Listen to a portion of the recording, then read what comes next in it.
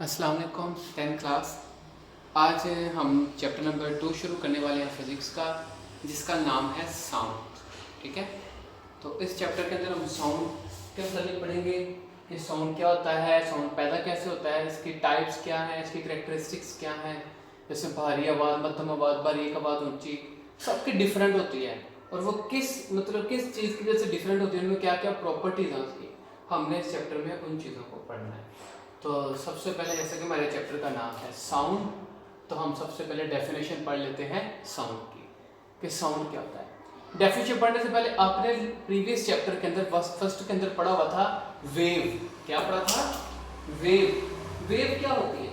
किसी भी मीडियम में जब पैदाशुदा खलल होता है, जो डिस्टर्बेंस क्रिएट होती है, नतीजे में मीडियम के पार्टिकल वाइब्रेट करते हैं और वेव पैदा करते हैं। तो वेव कितनी तरह की होती है? 2 टाइप्स की। एक होती है मैकेनिकल वेव और एक होती है इलेक्ट्रोमैग्नेटिक वेव। जो मैकेनिकल वेव होती है उनमें मीडियम की जरूरत होती है। किस चीज की जरूरत होती है? मीडियम की।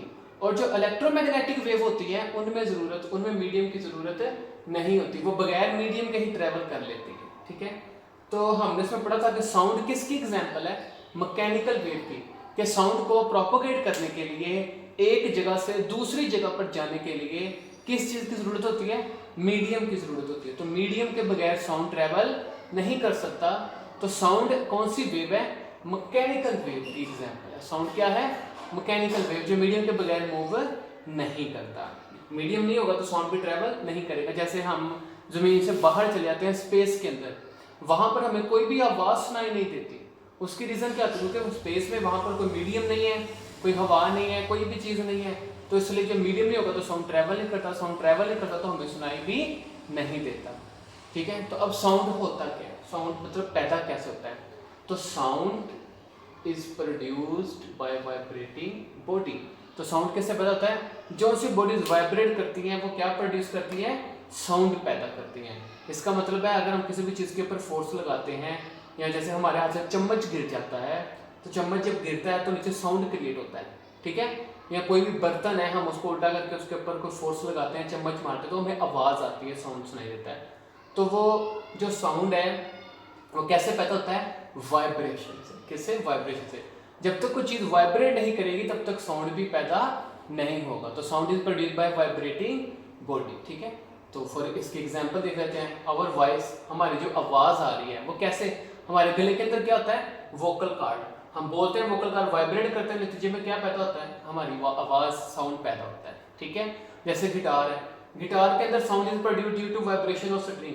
तो गिटार बजाते हैं अक्सर लोग, तो जो स्ट्रिंग्स होती हैं इनको हम अपनी मीन पोजीशन से खींचते हैं, छोड़ते हैं, तो वो मीन पोजीशन की वाइब्रेट करना शुरू कर देता है, जिससे क्या प्रोड्यूस होता है? साउंड पैदा होता है। जैसे हमारे दिल की धड़कन, हार्ट बीट, आपने देखा होगा अक्सर यहाँ पर कान लगा के सुनते हैं तो हमें हार्ट बीट की आवाज़ सुनाई देती है।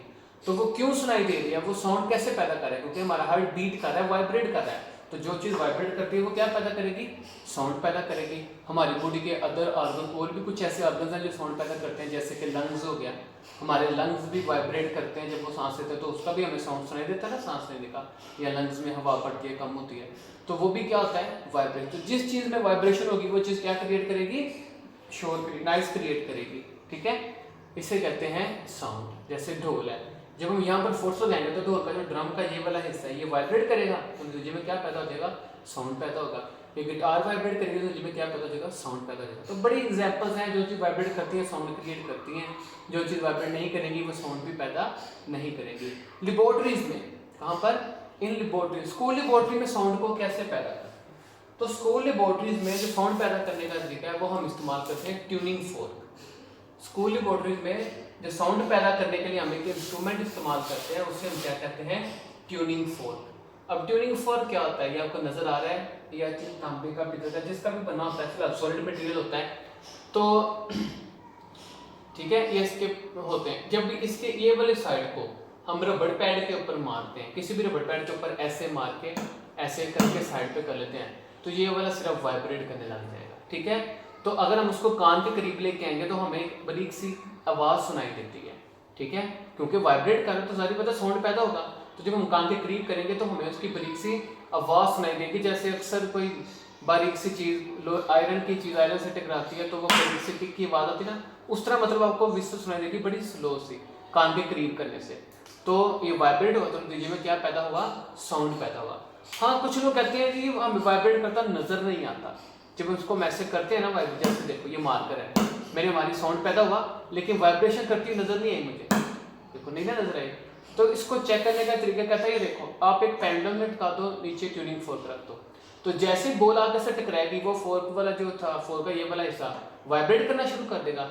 तो बॉल को जब हम इसके करीब लेके आएंगे तो वो जो वाइब्रेट कर रहा है तो वो इसके साथ रेस्ट में रह पाएगा नहीं। हम देखेंगे कि जब उसके साथ जुड़ेगा तो वो जो वाइब्रेट करेगा तो बॉल को रिपेल करेगा, बॉल को दूर भेज देगा, तो हमें पता चल जाएगा कि वाकई को क्या कर रहा है, वाइब्रेट कर रहा है, तभी तो साउंड पैदा हुआ है। यहाँ ऐसे करो, इसको ट्यूनिंग फोर्क को रबर पैड पर मारो, साउंड पैदा होगा। चेक करना है कि वाइब्रेट कर रहा है कि नहीं कर रहा। आप इसको हाथ में इस वाले को ना रबर पैड मार के हाथ पे पकड़ो, आपको अपने हार्ट पे सनसनी सी फील होगी, इसकी वाइब्रेशन फील होगी कि वाकई वाइब्रेट हुआ था।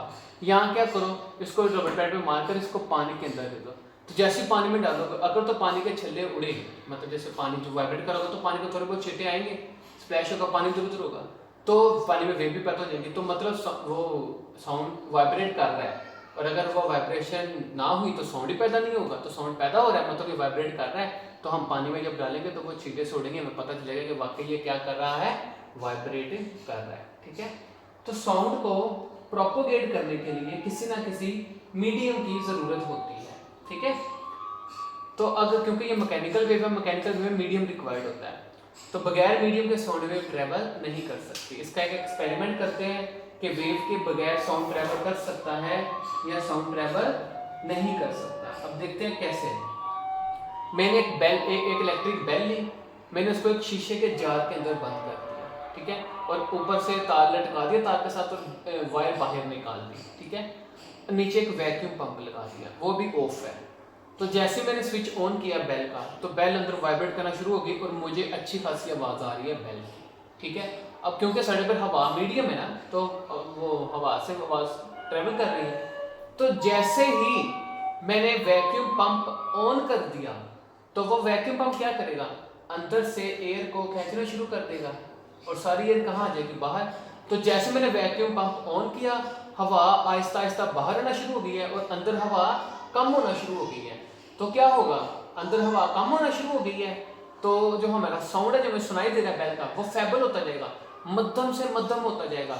जैसे जैसे मीडियम अंदर कम होता जाएगा वैसे वैसे साउंड मध्यम होता जाएगा और अंदर सारी हवा खत्म हो जाएगी, तो जो साउंड हमें सुनाई दे रहा है वो भी हमें सुनाई देना बंद हो जाएगा। तुम देखेंगे बेल स्विच ऑन है, बेल अंदर वाइब्रेट कर रही है, साउंड क्रिएट कर रही है, सारा कुछ हो रहा है, लेकिन हमें साउंड सुनाई नहीं दे रहा क्योंकि अब कोई मीडियम नहीं बचा है। तो जैसे मैं पंप को वापस ऑफ करूंगा तो सारी हवा वापस आना शुरू हो जाएगी। तो जैसे जैसे हवा अंदर आना शुरू हो जाएगा हमें भी साउंड आस्ता आस्ता सुनाई देना शुरू हो जाएगा और आस्ता आस्ता अंदर हवा बढ़ जाएगी और हमें साउंड भी ज़्यादा से ज़्यादा सुनाई देगा। तो ऐसे हम कर लेंगे कि हमें वाकई यकीन हो गया है कि साउंड मीडियम के बगैर ट्रैवल नहीं कर सकता, मीडियम नहीं होगा तो साउंड ट्रैवल नहीं करेगा।